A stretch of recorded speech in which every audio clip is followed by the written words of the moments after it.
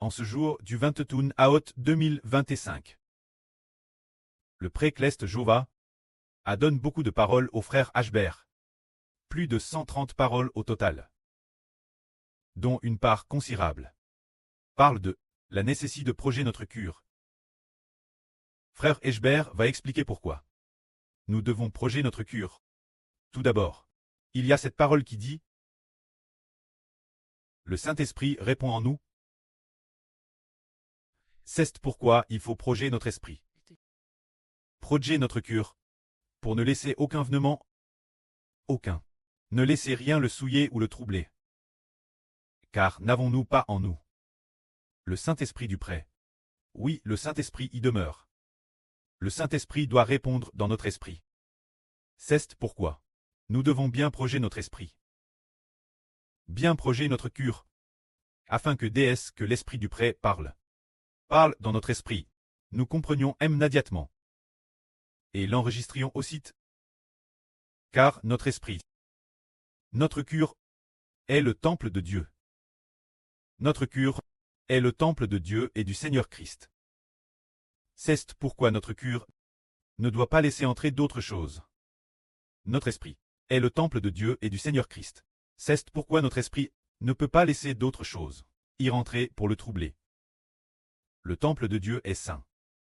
Si, afin que dans notre esprit, nous puissions nous concentrer, ne garder que le prêt et le Seigneur. Ainsi, déesse que le prêt répond, nous comprenons immédiatement. Prenons un exemple.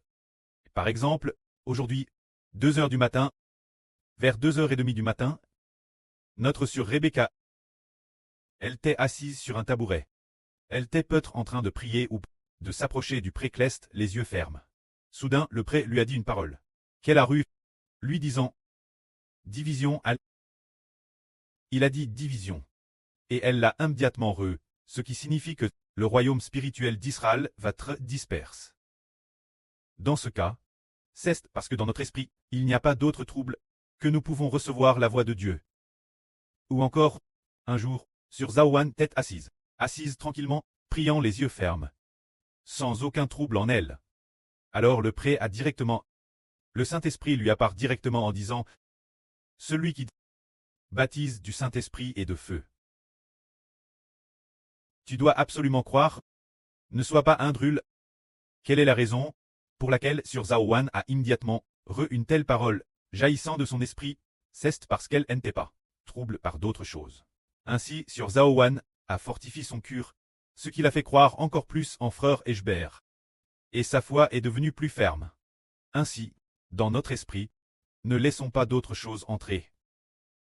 Nous devons projeter notre esprit. Projeter notre cœur, car le Saint-Esprit répondra en nous. Nous devons projeter notre esprit.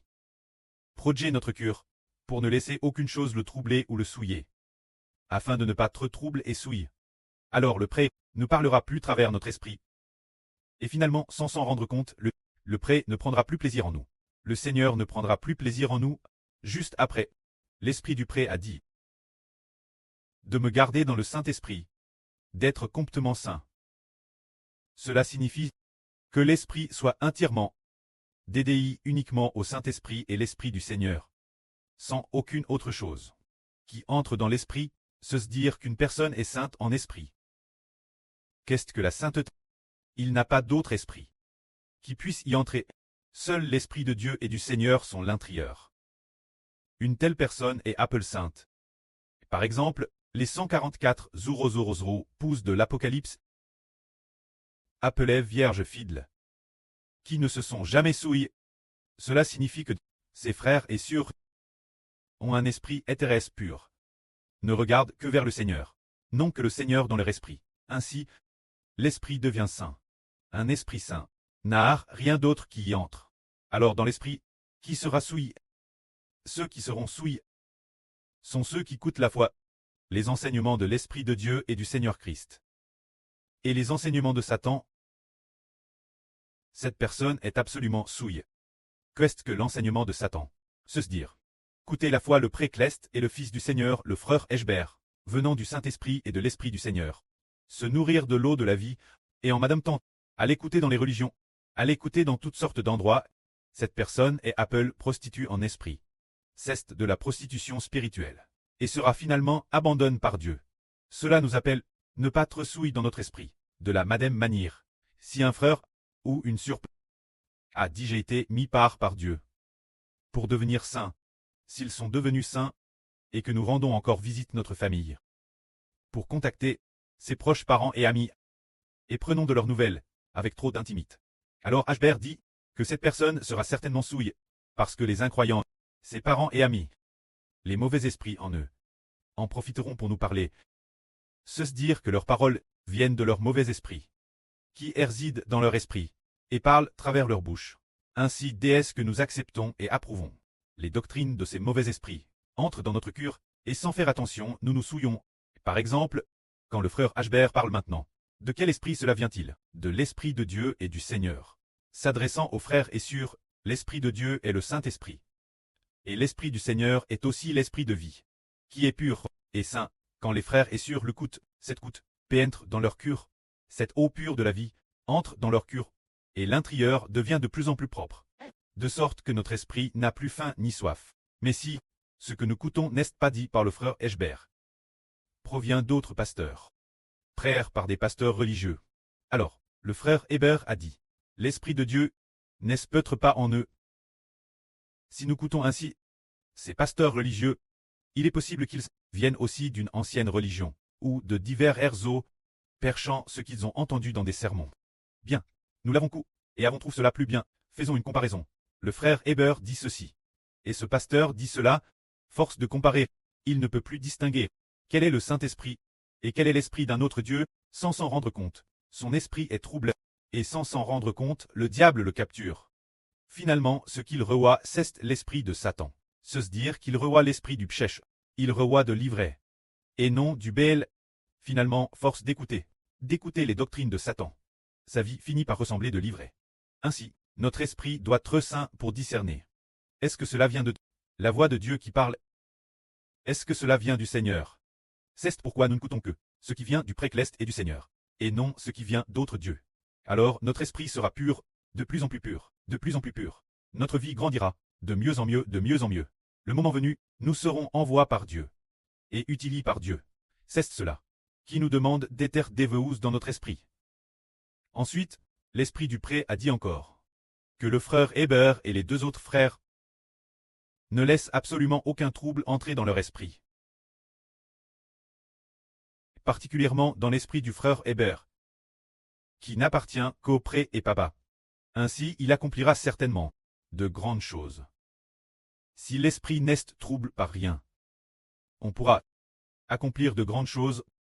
Est-ce vrai? Prenons un exemple.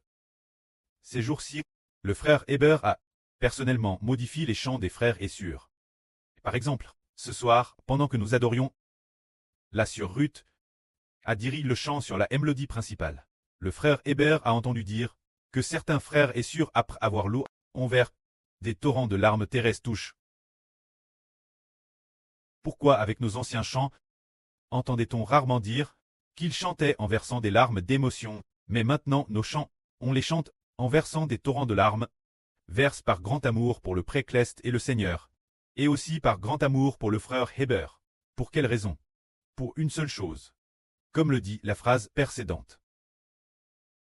Dans l'esprit, particulièrement le frère Hébert, son esprit n'appartient qu'au pré et papa. Ainsi de grandes choses s'accompliront. C'est dire que l'esprit du frère Hébert est très dévoué lorsqu'il modifie les chants. Par conséquent, dans ces chants, il y a de la vie. Dans ces chants, la vie exacte est exprimée. Alors, quand un groupe de frères et sœurs chante, sans s'en rendre compte, l'esprit s'est ouvert, et a reçu la vie de l'eau de la vie, et a été abondamment arrosé.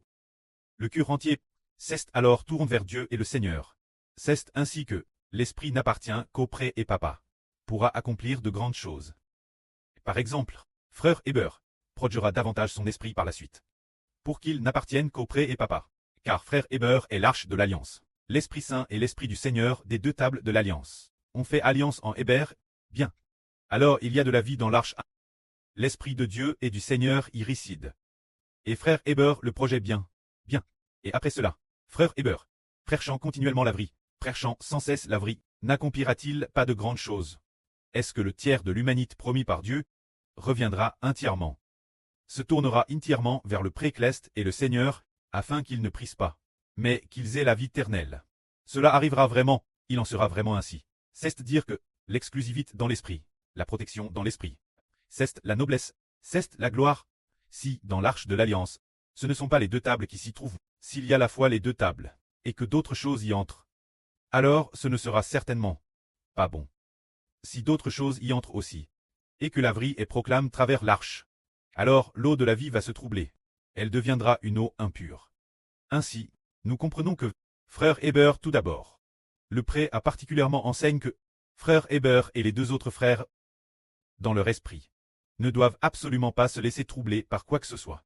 Surtout dans l'esprit de frère Héber, qui doit se consacrer uniquement, et n'appartenir qu'au pré et papa. Ainsi, de grandes choses s'accompliront coup et sœur. Nous voyons que pour la construction du nouveau temple, frère Héber n'a pas beaucoup de trouble. Il est fondamentalement TRS stable, sans qu'on s'en rende compte. Ces chants sont construits de plus en plus magnifiquement, modifient de plus en plus magnifiquement, et plus les frères et sœurs chantent, plus ils trouvent que, comme l'a dit aujourd'hui notre sœur Rebecca, avant je ne savais pas chanter ces chants. Par fille, maintenant ils sont TRS faciles chanter, je sais les chanter. Elle était donc toute joyeuse. Parce que, la longueur de chaque chant ne varie pas trop. Et de plus, la vie qu'ils contiennent doit être exacte. Et les modifications sont appropriées. Ainsi, tous les frères et sœurs savent chanter, sans s'en rendre compte. Cela profite tout le royaume d'Israël, tant qu'une seule personne. Tant que l'arche de l'Alliance, les deux tables dans l'arche ne sont pas souilles. Alors tout le temple est pur. Et l'arche ceste. L'esprit l'intérieur de frère Héber qui est pur. Alors tous ceux qui coûtent la vie seront purs aussi. Si frère Héber est souillé, alors tout le monde est souillé. C'est comme un puits d'eau. Si la source du puits est propre, alors tous ceux qui viennent y puiser de l'eau pour boire, qui puisent l'eau de ce puits avec un seau, pour la boire, boiront tous de l'eau propre.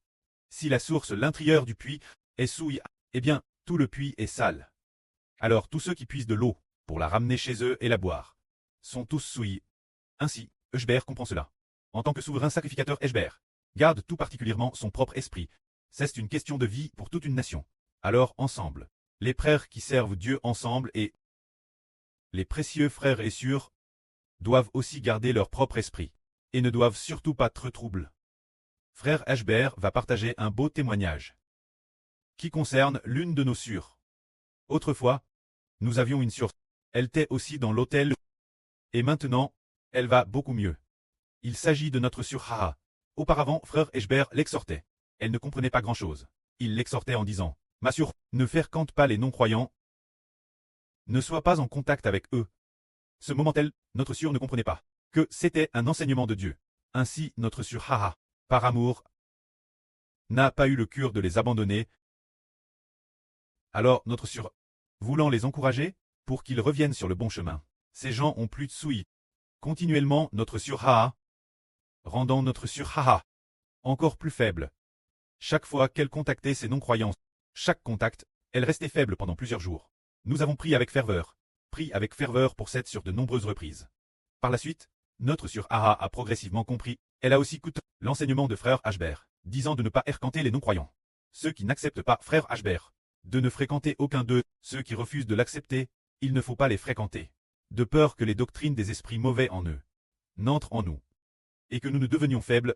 Ainsi la sœur a compris. Maintenant, la sœur Haha commence à sortir de sa faiblesse, et commence à se stabiliser progressivement. Elle stabilise.